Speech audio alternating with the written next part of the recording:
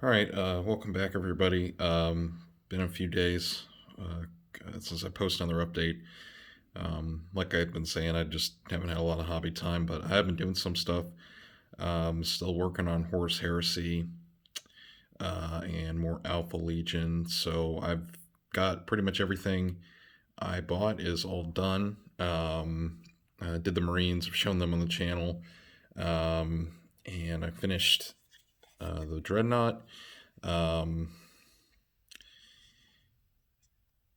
Tried to kind of had a limited color palette. Let me zoom in a little bit. 1 second. There we go. Okay. Yeah, I kind of had a limited color palette on this, but I did my best to do like the basic Legion colors. Um, for Heresy, I probably should have ground this wing skull thing off. Um, but, I mean, uh, I don't really like. I just don't have the modeling skills to do that kind of stuff. So, um, and there's some things I probably would need to touch up on this, but like I said, I'm kind of dealing with a limited color palette, so I just did my best. The and like I said in the unboxing about this, I was not a fan that you only get one of the underslung weapons in this kit, but I got it to work for Heresy. So if you look at the army list, you can take the chain to make it a legal sort of unit. You can take the chain um, fist thing and the regular power weapon because I don't really have a lot of close combat in my Heresy collection. So at least for the Alpha Legion, so I gave him 2 close combat weapons and then the 100 killer missiles for a little extra punch. Um, and just because it looks pretty cool, I think, like this. And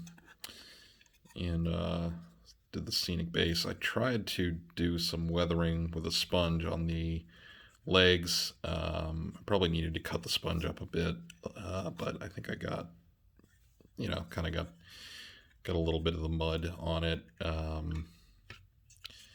was going to do Black Sand for Istvan 3, the Drop Site Massacre from the Horus Heresy novels and the background books, but I just went with the brown instead. Um, so, because I painted this one and then I redid the bases on the Tactical Marines, same color. It's a Steel Legion drab, I think, from GW.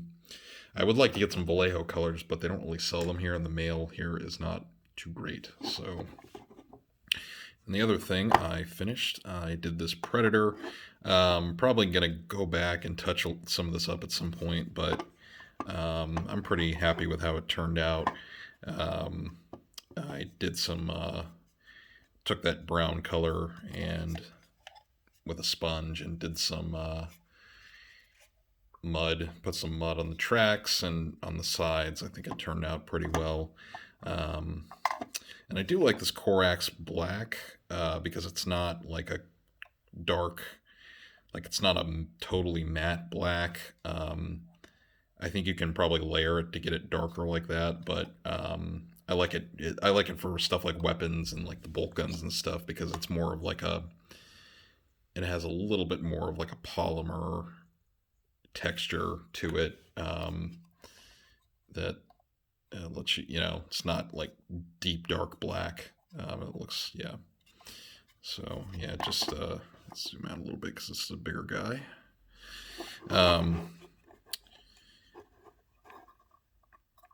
Yeah, so gave it the las cannons on the side, the autocannon. Kind of reminds me of a Sherman Firefly from World War II with the box on the back of the turret.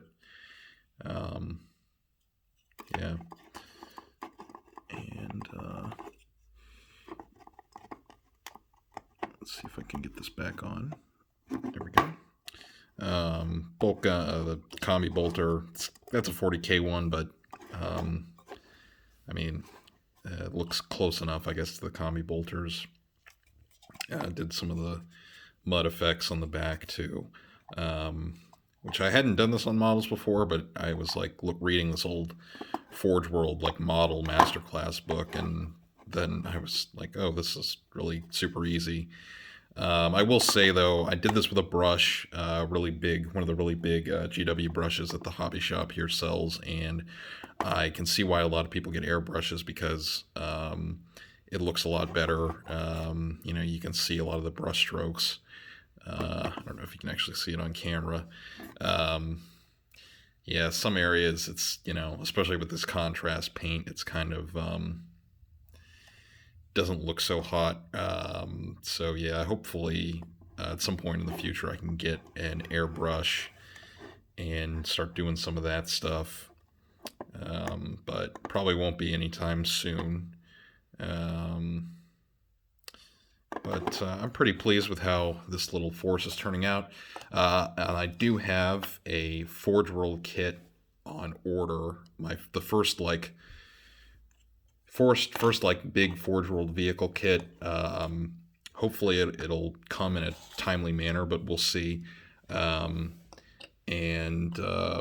Just gonna get these guys into the frame, and hopefully it will come in a timely manner, and I'll do like a little, let's get the dreadnought in there, and I'll do maybe like a little unboxing and like a review, because I have done a Forge World miniature I've shown on the channel is my Alpha Legion Praetor for the Horus Heresy, but that's just like a single model. So I'm really excited. Like I said, hopefully this kit comes in a decent amount of time, and I can show it on the channel.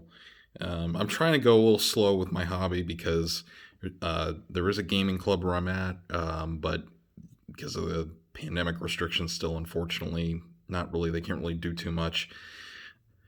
And I'm just trying to go slow and budget myself out, obviously.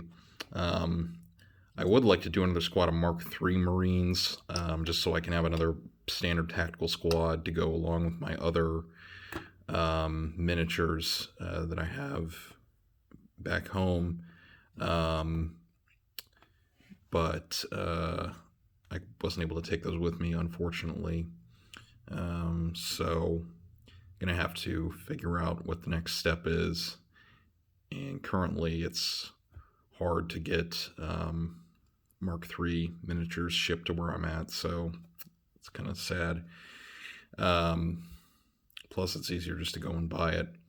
I would like to maybe get some Mark IV as well, not sure. But anyway, yeah, so that's about it. I am gonna have to. I do want to come up with a name for these guys. This particular detachment, because my other Alpha Legion, my idea was sort of like a. That's why I kind of wanted the Vindicator, because you know, like you've got like a Alpha Legion force, and they've got like, and then they spring an ambush, but it's like a siege ambush basically, and they, you know, you get like these tanks that roll out of the brush and start blasting stuff open. So yeah, that's what's going on hobby-wise for me. I hope everybody is doing well. We got past 100 subscribers, so I think I might have mentioned that in the last video. I can't remember. But at any rate, yeah, thanks guys, for everybody that subscribed. I really appreciate it. And I always enjoy, you know, the back and forth in the comments and all that. That's really why I do it.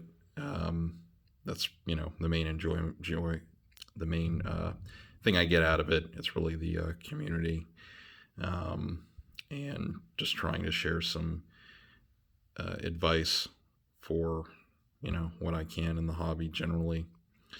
And I think I will take some time in this video, since we're talking about Horus Heresy, is to mention that I hear a lot from the Warhammer 40,000 people that Horus Heresy, oh, it's too expensive.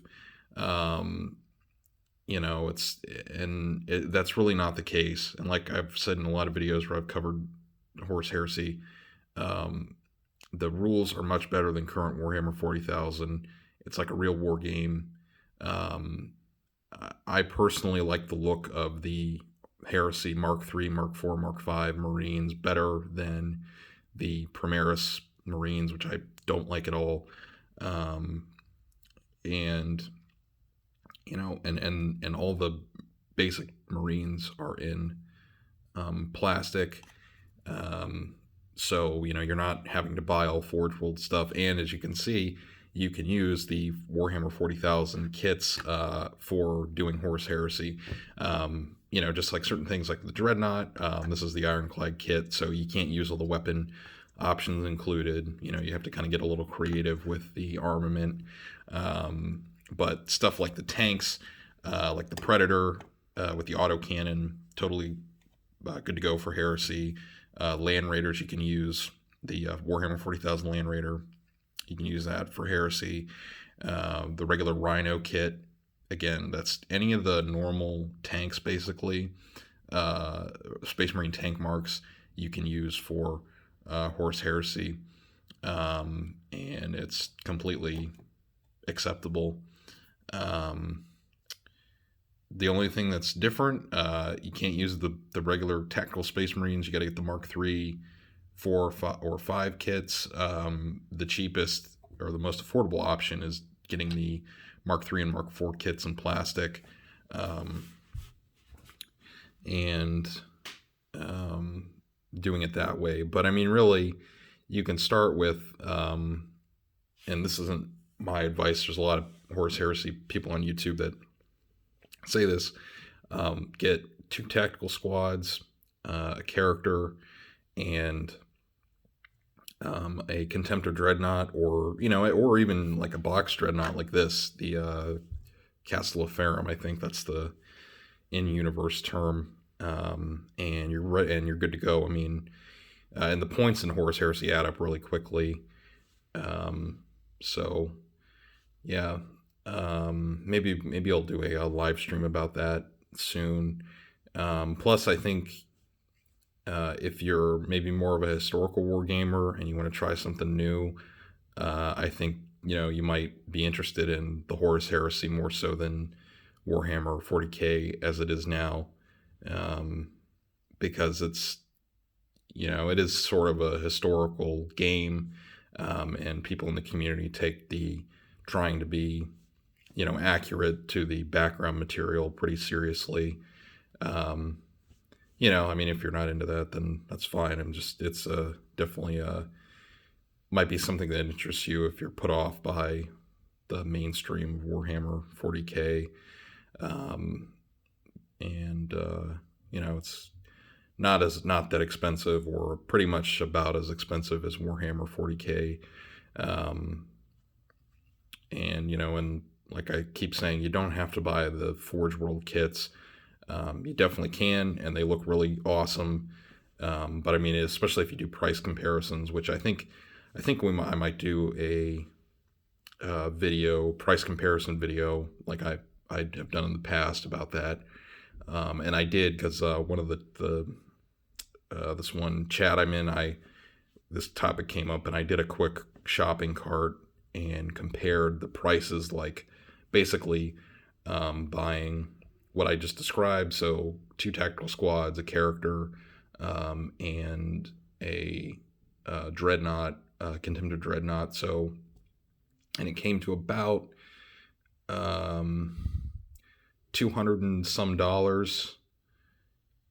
A little over, I think it was like $238 US or something like that. The way it breaks down is basically like $100 for 2 boxes of tactical Marines, Mark III or 4.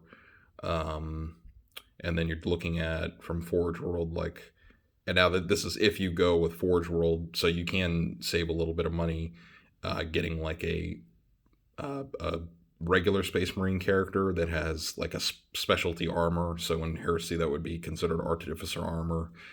Um, any of the Space Marine characters that have like a custom armor, basically, you can use that. The 40k ones in Heresy. But if you just want to make it a little easier, you just get like the basic, one of the generic Legion Praetors or Consuls.